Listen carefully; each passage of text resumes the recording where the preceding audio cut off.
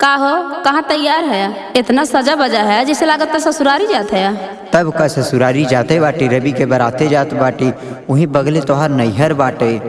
सोचत ही हूँ हो लेबे। नहीं नहीं, तोहका बराते ना जाएग बा। हम जानत हई तोहार चक्कर न छोटकी से चलत बा। अरे अरे ई का बोलत हूँ? हम सही कहा था, रात रात भर मोबाइल से बतियावत है। हम तोहका बराते तो कत्तई न जाए देव। सुना का सुनी सुनावा।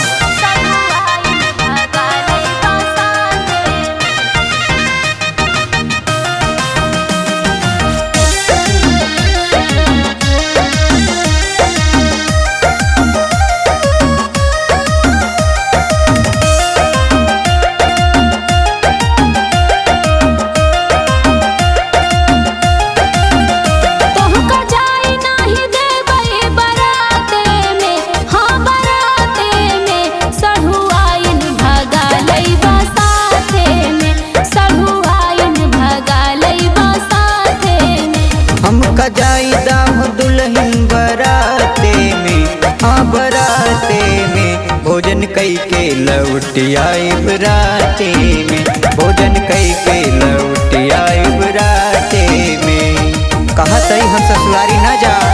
नहीं तू जाबा। अरे हम न जाबे भाई, रतिये लौट आओ। नहीं तू जाबा।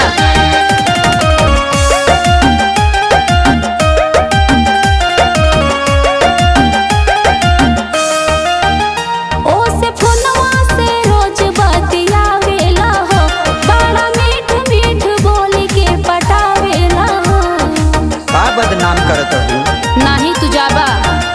तोहका झूठ भरम ई सतावेला हो, ऐसे कहेलो शरम नहीं आवेला हो।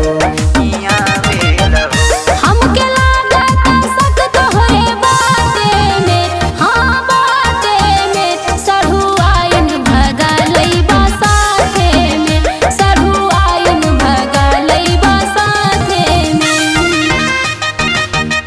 का कुछ शंका धरे रहा? तू वैसे करबे करत है, हमरे शंका न धरे। और सुना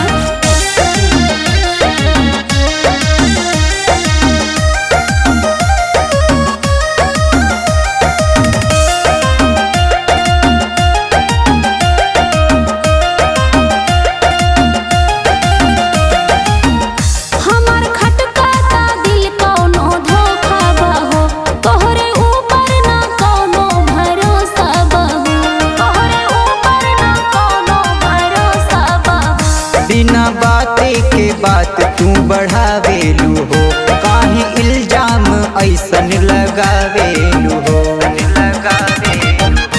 नाम बदनाम होए रिश्ते नाते में, हाँ नाते में सरहु आइन भगा लईबा साथे में, सरहु आइन भगा लईबा साथे में। जायद हम जाबे न करब। हाँ तबे कुशल रहे।